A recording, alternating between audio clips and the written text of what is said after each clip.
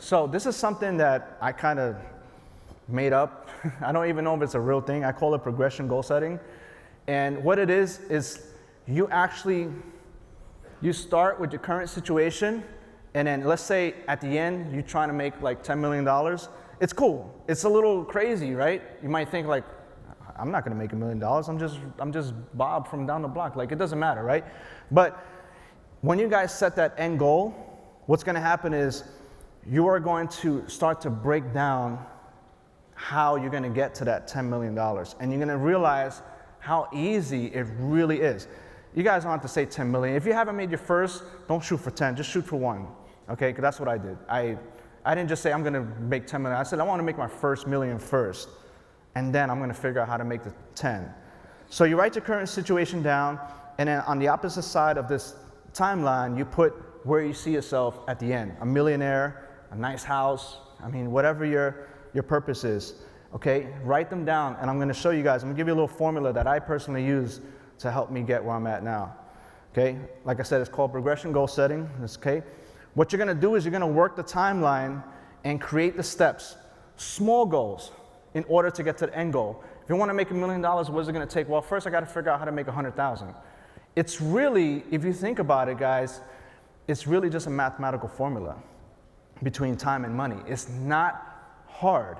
If you're using DA as your primary source of income, just do the math and figure out what will it take for me to make $100,000. How many leads, how many sales, you reverse engineer it, and then you give yourself a time and say, well, in 90 days I actually can make $100,000 if you just break down the math formula. $1 million is not a lot. It's only like $2,700, close to like $2,800 a day.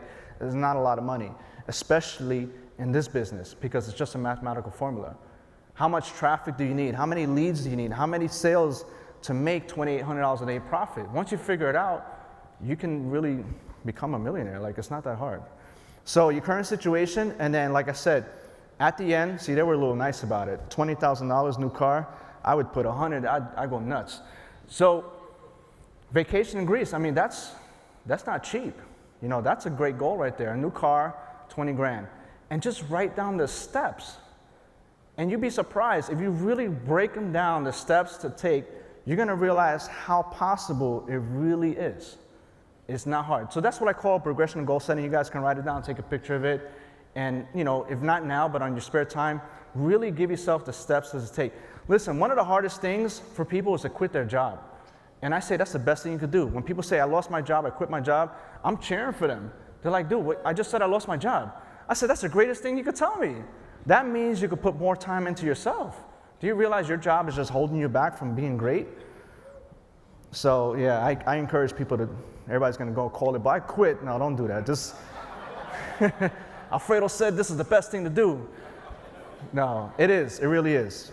I mean, we're not here to work for people, obviously, right? We're here because we want a business. So I say if you're gonna quit your job, which you are eventually, do it, at least give yourself a cushion.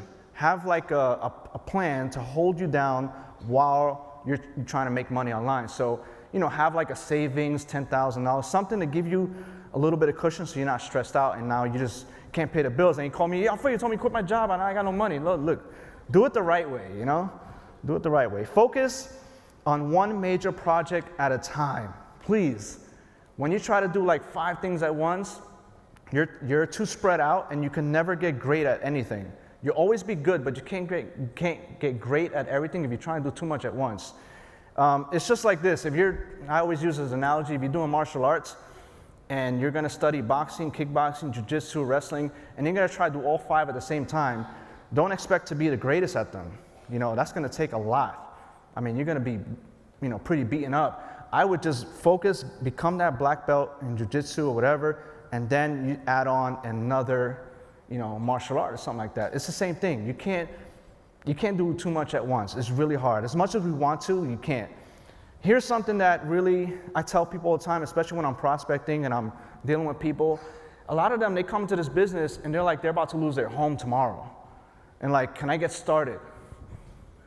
I said, you want the truth or you want me to be nice about it? I'm like, listen, what you need to do is go borrow some money, get yourself out of your situation, and then come back and try to start a business. There's no way you can start a business with those kind of personal issues going on. Do you guys understand what I mean?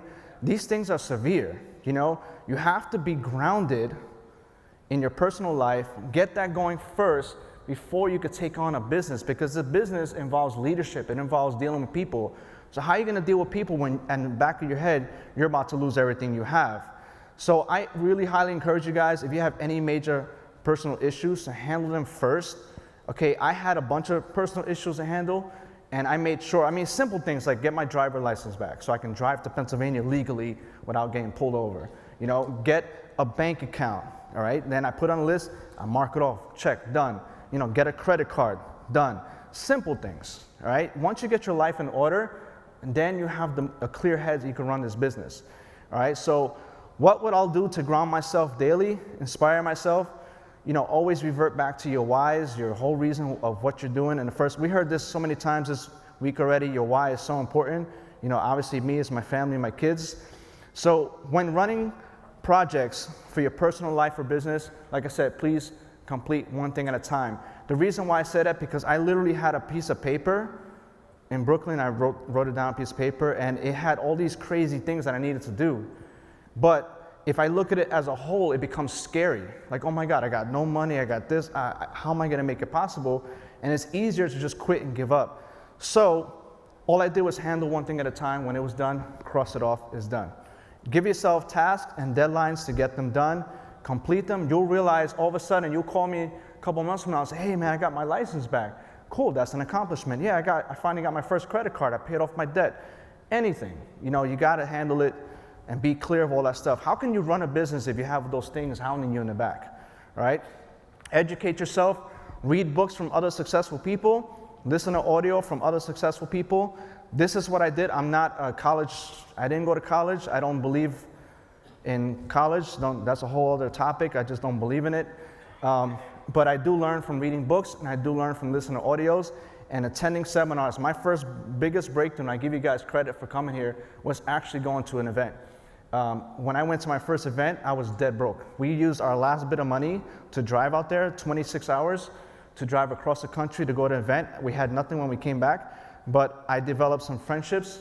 I networked just like we do in the hallways, and because of that, everything changed. Everything changed. Follow the leaders.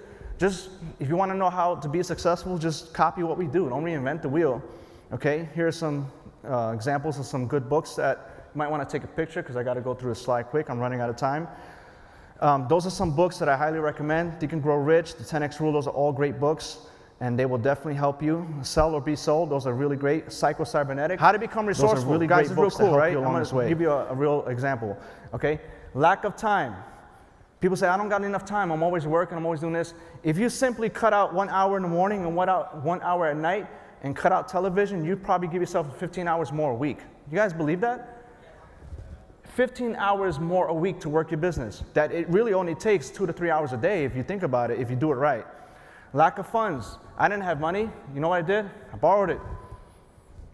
There's good debt and there's bad debt. Bad debt, you go borrow the money, go buy a car. Good debt, you borrow the money, you put it into a business. Why? Because the business is going to pay you back. The car won't. So if you have to borrow money, do it, because you know that you're going to pay back eventually as long as you do this business. Use credit. Guys, I was in my room and I was tired of flying without one of these mileage cards, and I said, freak it, let me apply for one. I applied just for the hell of it. I come out and I tell them, hey, just got approved for $26,000. Credit line. Hey, I'll take it, you know. That's resourceful. You know what? You know what I'm gonna do with that credit line? I'm gonna buy more traffic and I'm gonna fly for free. So that's, you know, that's being resourceful. Don't, you know, think a little bit out the box. Again, lack of education, read plenty of books, buy the right training courses. You don't need all the courses, please. There's always an abundance of information online. Don't overdo it. Just, if you want to learn Facebook, buy Facebook courses. Don't buy all these other courses that have nothing to do with Facebook, because you're just going to get information overload and you're going to become very stagnant. The easiest way, the fastest way to success, get a coach or a mentor. One of my very first mentors reached out to me, and he invited me over to Florida to hang out with him for a couple days, and that changed everything. As a matter of fact, to this very day, he's helping me with a situation, 8-figure problem, and because of that relationship that we have, he got my back and I can get it resolved. So having coaches or mentors, the right ones, everybody will try to sell you information. Hey, I can coach you, I can show you how to make $10,000 online, but meanwhile they haven't. Please don't go that route. You wanna partner up with people who've owned companies, who've worked businesses, who have a successful track history, and reach out to them and see if they're willing to coach or mentor you. Some of them will, especially if they see that you're somebody who's worth their time and investment. So I'm gonna leave you with this because I got about a minute left. Here are the 10 success commandments. These are the 10, there's so many, but these are the ones that I feel hit home the most, all right? The most important one is take 100% responsibility. Stop blaming others. If you're late to something, it's not the traffic's fault. It's not that you got a flat. It's that you didn't give yourself enough time to get there. Okay, you didn't wake up early enough. It's your fault. You got to take responsibility for everything. I don't care what happens. I always put the blame on myself because at the end of the day, it's the choices I make, to either make it happen or not. You must believe that you can have this lifestyle. Some people feel like, they don't deserve it. Like at some point I was making a lot of money and I was like, am I supposed to make this much? Like, it's weird. But you gotta believe it, embrace it, like, yeah, this is what I'm meant for. Believe that you can have it, it's possible for you. Have your why, something bigger than money. I think we heard this before. Please, money is just a byproduct of your work, but what do you do after you get the money? Some people have so much money, they're still depressed, they're still sad. And it's because they don't have a higher purpose. So please, something bigger than money, okay? It's got to be in back of your head. If you want to open up a charity organization, if you want to help out your church, whatever it is, it's got to be bigger than money. Never get complacent. Always challenge yourself. Don't ever get comfortable where you're at. If you're making $1,000 a day, that's great. Figure out how to make 2. Okay, complacency will kill you. It will kill your business. Don't ever get comfortable where you're at. Always challenge yourself to the next move. All right? Have a plan and execute it, please. Like I said, you could plan to fail or you could fail to plan. Have a plan and do it, execute it. One plan at a time, execute it. Number 6, upgrade your network. If you're the lowest income earner, if you're the highest income earner in the room, you're in the wrong room. Always put yourself where you are the lowest income earner or person in that room so you can always try to upgrade yourself to where they're at. I went to a mastermind in Miami and in California, and I thought I was making money until I met these guys. I was making chump change to what they were making, and that was good because I'm there to learn, not to be the highest one, okay? So be coachable. Here's something that people don't talk about. You gotta learn from successes and failures, okay? When somebody failed, I don't look at like, oh man, I wanna know what happened. How did you mess up? Oh, that's what you did. Okay, cool, so I'm not gonna do that.